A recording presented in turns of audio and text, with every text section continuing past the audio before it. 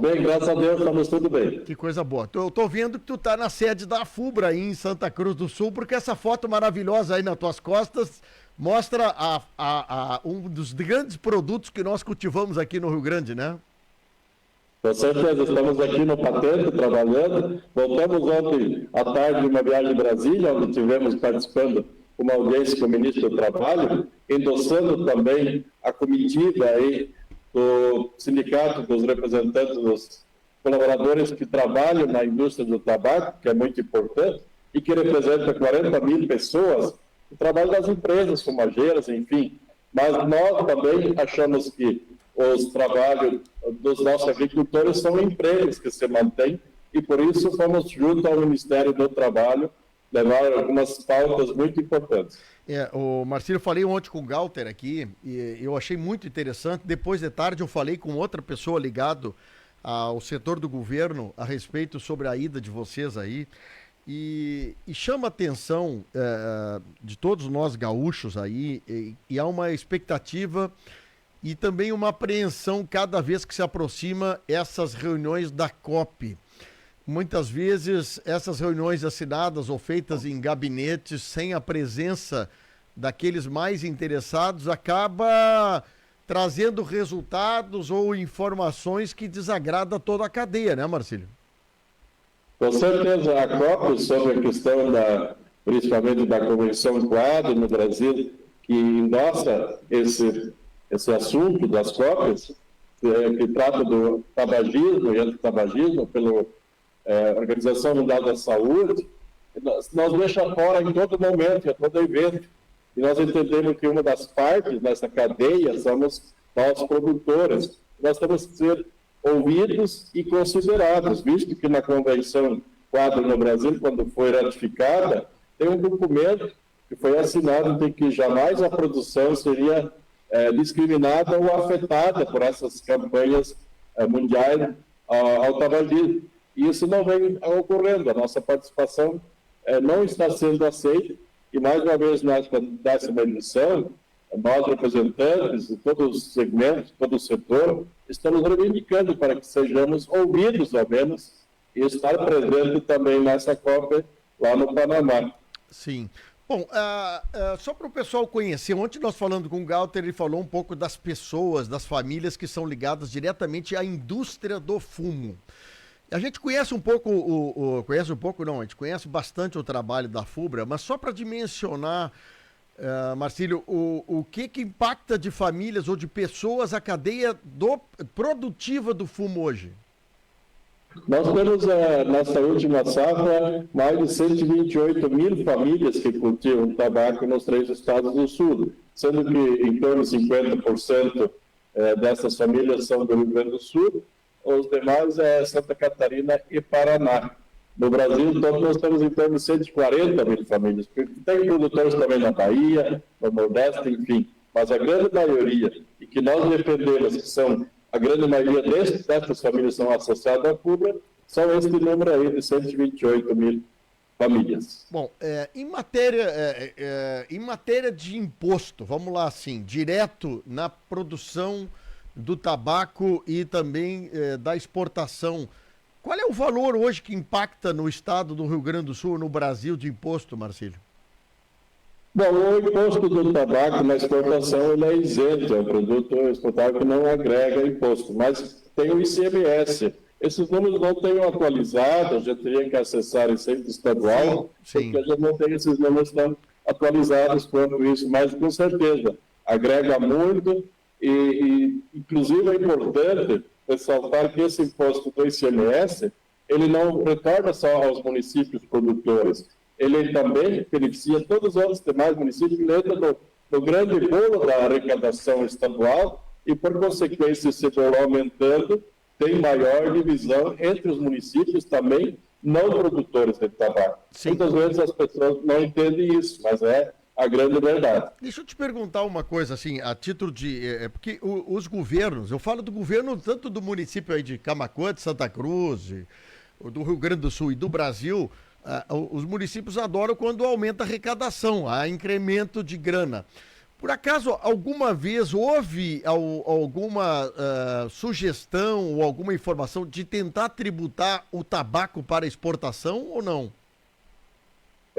Isso já estava em pauta no passado, mas depois foi retirado porque todos os produtos exportados são isentos da exportação. O que tem tributação é o tabaco industrializado. Também tem alguma parte do nosso tabaco que é pequeno, mas tem cigarro que é exportado, esse sim tem tributação, ele agrega valor. Mas quando é somente in natura, esse produto, como os demais, são isentos. É uma convenção internacional e o Brasil está nessa de exportar, para incentivar a exportação do nosso produto. E quando se fala no tabaco, cabe considerar que em torno de 90% da nossa produção, que hoje gera, em média, próximo a 600 mil toneladas, então 90% disso, em média, é exportado para mais de 100 países. Então, mas o que traz divisas aí em dólares para o Brasil, para poder remunerar essas famílias. Né? Sim, de 600 mil, 90% disso, 93, 94 é exportado. Então, vamos botar assim, arredondando,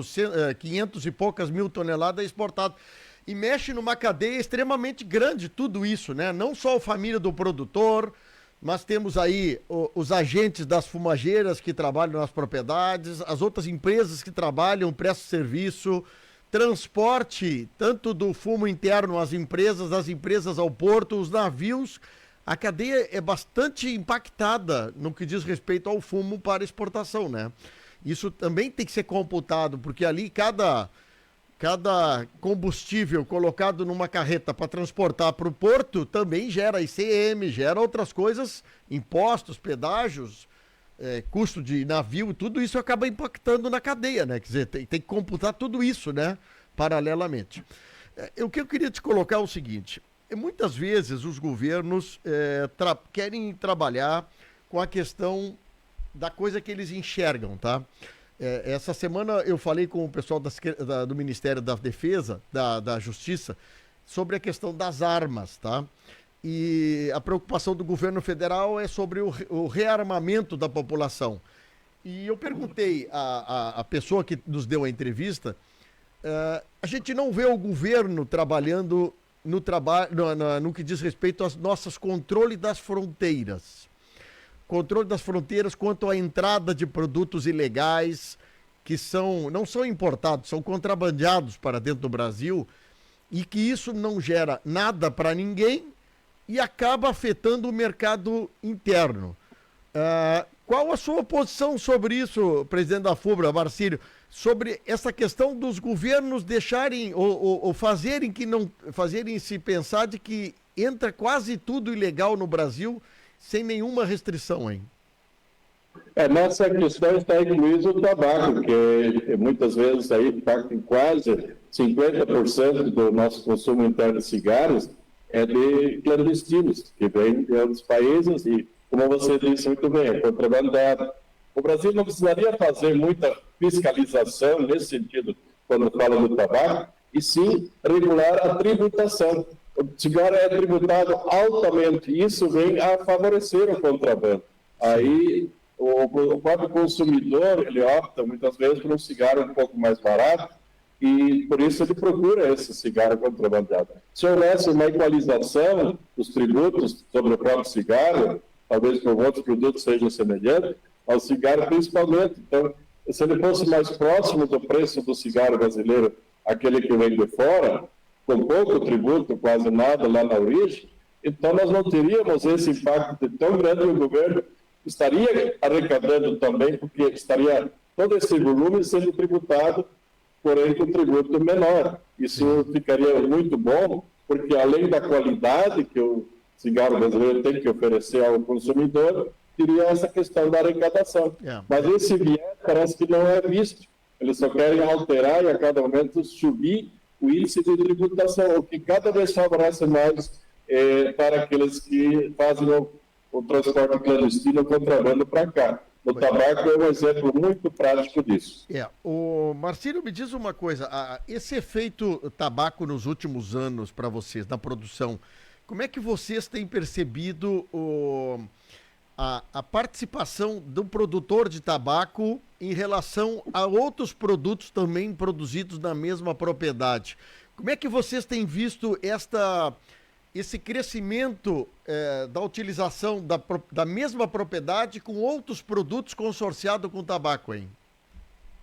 É muito importante essa questão, porque nós temos na propriedade, mesmo pequeno produtor, que tem aí média de 12 hectares e pouco, é a média da propriedade do produtor de tabaco, dos quais ele planta em média 2 hectares a 2 hectares e meio em tabaco, e o restante da área é utilizado para a diversificação, e principalmente produtos que vão para a mesa, para a alimentação dele, da propriedade, e os excedentes. Hoje temos regiões muito diversificadas, porque produzem aves, suínos, leite principalmente, então, e tanto também vegetais.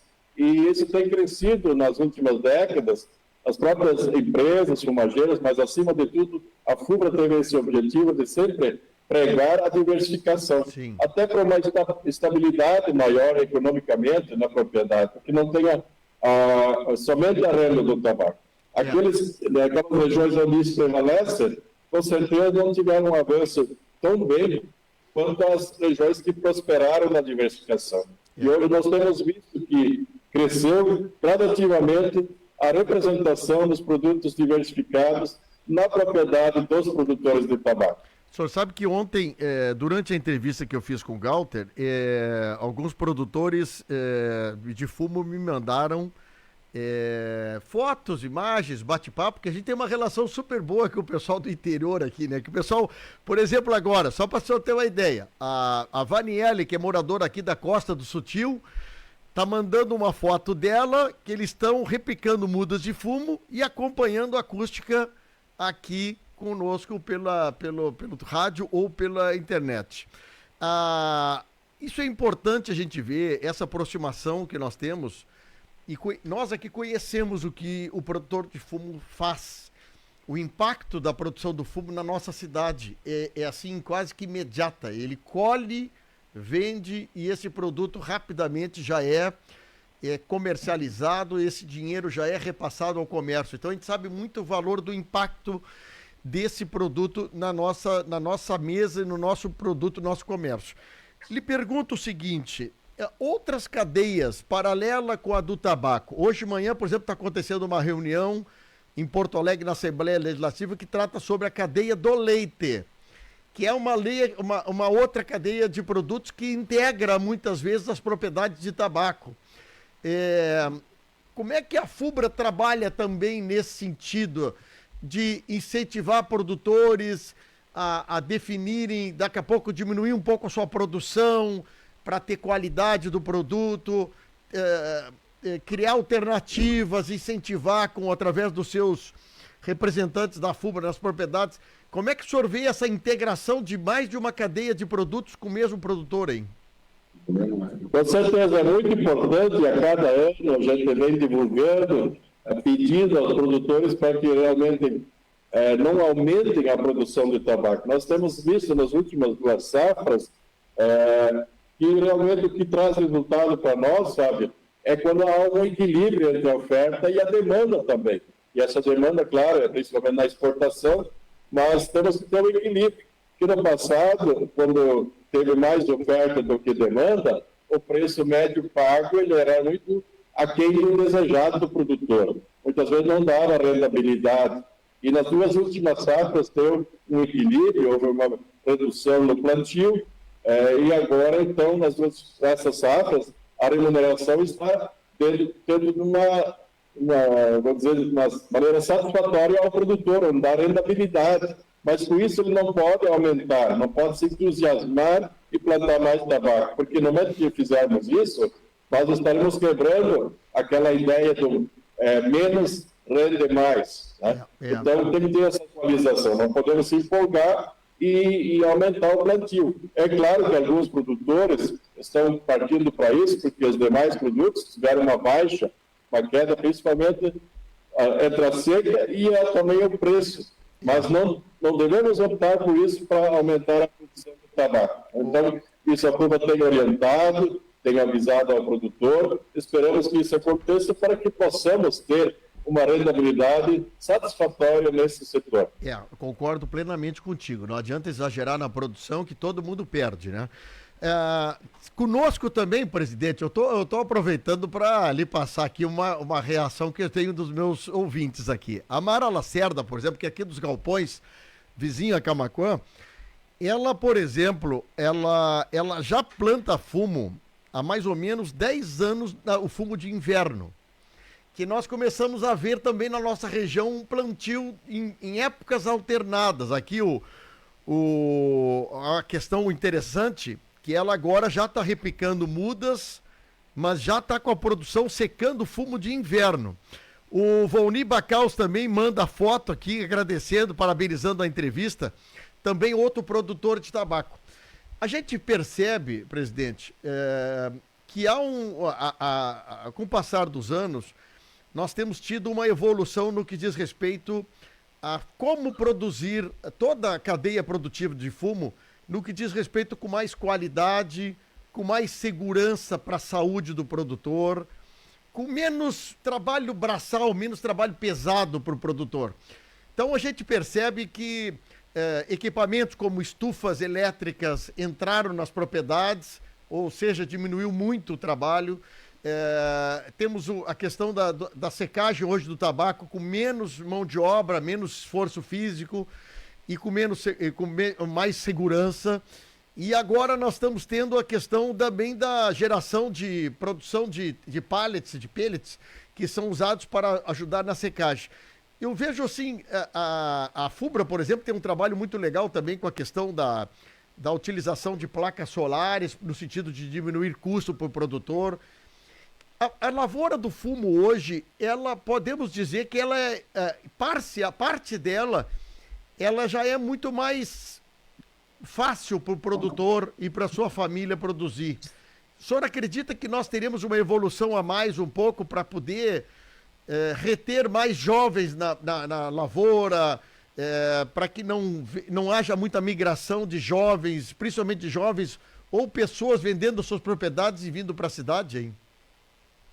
Com certeza, o aumento da tecnologia, com práticas diferentes, com menos mão de obra, inclusive, isso tem sido pautado muito, inclusive esse ano está sendo feita a pesquisa de coeficientes técnicos que impactam no custo do hectare de tabaco produzido, e aí nós veremos que em vários momentos houve uma redução de horas trabalhadas, que antes era feito de maneira manual, é feito com máquinas, também já evoluiu a questão da classificação em fardamento, manocamento, que caiu fora, as empresas estão comprando sem manocamento, que poupa a mão de obra na propriedade. Então, é claro que, como outras tecnologias que vêm ao encontro da agricultura, essa do tabaco também tem evoluído muito, também tem as estufas moduladas, hoje com menos pessoas você consegue colher a lavoura de tabaco, principalmente na colheita, que demanda mais mão de obra. E aí 2, 3 pessoas conseguem fazer nessas estufas.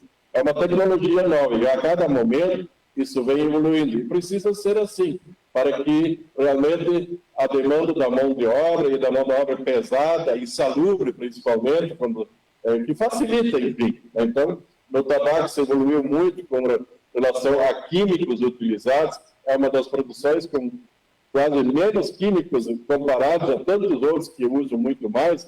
Ainda levamos essa fama de ser um produto de uso de químicos em quantidade, mas o que na verdade já era no passado. Hoje não se usa mais tanto químico, muito pouco, e ainda com adequação de vestimentas, de uso de forma adequada. Isso tem evoluído bastante, muito impactante, e a nova juventude sabe como trabalhar isso, ela segue essas orientações técnicas. Então, isso tem melhorado a imagem da nossa produção, inclusive. Para nós exportarmos produto brasileiro, temos que ter um procedimento aqui básico de ESG, principalmente, para fazer as boas práticas, e isso é em tudo. Se formos produzir carne, também é dessa forma, tabaco não é diferente. E nós estamos seguindo isso com essas novas tecnologias e as novas práticas. Eu concordo plenamente com o senhor. Eu acho que isso tudo vai ajudar a produção do tabaco ser vista de forma diferenciada. Última pergunta, presidente. Eu acho que é uma questão de pesquisa, de interesse nosso saber. O senhor tem acompanhado outros tipos de pesquisa com relação à utilidade do tabaco, da planta do tabaco, dos seus subsídios de caules, coisas que não são utilizadas na produção do tabaco para outros fins, a não ser a produção do cigarro? Existe principalmente na extração da nicotina, que hoje é utilizado nos cigarros eletrônicos, nos DEFs, né? Só que a gente não tem muita informação, porque é um mercado muito restrito, de quanto nicotina e quanto produto nós precisamos para a extração dessa nicotina. E também sabemos que existe a nicotina química, o que muitas vezes vai causar controvérsias aí no uso delas. O que nós, inclusive, conhecemos e sabemos que tem o cigarro aquece, mas não queima. Sim. Então, é um eletrônico que usa um cigarro com tabaco. E esse nos interessa porque ele usa um produto que nós estamos produzindo. A nicotina, nós não temos tecnologia, não temos conhecimento, e talvez uma pequena, reduzida quantidade comparada ao de hoje, produz a nicotina suficiente para essa demanda. Então, nós parece que isso não interessa muito. Né? Tem muitos estudos nesse sentido, porque no Brasil, inclusive, está em discussão junto à Anvisa essa questão da liberação dos cigarros eletrônicos. Né? E nós, inclusive, emitimos um documento, Fábio, endossando que o cigarro eletrônico aquece, mas não queima. Nós aprovamos plenamente, porque ele usa o tabaco que é produzido pelos nossos produtores aqui do Sul. O senhor sabe... Dizendo ainda mais, o produto do Sul, que você enfatizou plantando no inverno, na verdade nós temos tabaco no inverno, não temos o tabaco de inverno, porque, na verdade, o tabaco é uma produção sazonal que se adequa a várias temperaturas e tolera bastante agora o frio também, e na região sul, onde vocês estão inseridos aí, tem aumentado ano a ano, porque essa prática tem dado qualidade ao tabaco e as geadas não têm efetivamente dando danos a essas lavouras, por isso tem crescido. E é muito bom quando o produtor consegue melhorar a sua qualidade no momento melhor como esse de inverno. Torcemos que isso pode continuar, né? Deixa eu lhe dar um depoimento. Eu provei o cigarro aquecido, pedi para uma pessoa que estava ao meu lado, que estava com um cigarro esse que chamam, é um eletrônico, mas não trabalha com nicotina, ele trabalha com o próprio tabaco, né? E pedi para ele puxar a fumaça e expirar em minha direção para que eu pudesse perceber se tinha o odor ou o cheiro do cigarro. E tive uma surpresa incrível. Olha, me surpreendi positivamente, presidente, com o produto que está sendo colocado para a Anvisa aprovar ou desaprovar, mas eu acho que não tenho por que não aprovar. É muitíssimo interessante a experiência que eu tive, viu? Eu acho assim que nós estamos mediante um produto que entraria no mercado atendendo assim a gigantesco número de clientes, viu? Exatamente, nós temos dado que no Brasil já existem em torno de 2 milhões de consumidores desses cigarros eletrônicos. É claro, muitos ainda com a nicotina, mas também seria um mercado que hoje está clandestino, como também os outros cigarros têm sofrido essas consequências do contrabando. Todos os produtos que vêm até aqui hoje são clandestinos, ilegais. Quer dizer, no momento que se tornar autorizado, se torna legal, pode ser tributado, ele vem agregar valor e, principalmente na questão dos impostos, o produto legal sempre é melhor. E todos os consumidores usariam isso com tranquilidade, porque teria uma origem também. Então, nós entendemos que está demorando muito, porque em dezenas de países isso já está efetivamente aprovado, e é uma migração, inclusive, com menos impacto para os próprios consumidores também essa questão, porque há realmente uma questão mais amenizada do consumo desse produto comparado com o cigarro tradicional, que tem tantos produtos químicos aí, como afirmam, fazendo causar danos à saúde. Né? Mas tudo tem que ser consumo moderadamente. Né? Mas a aprovação seria o ideal.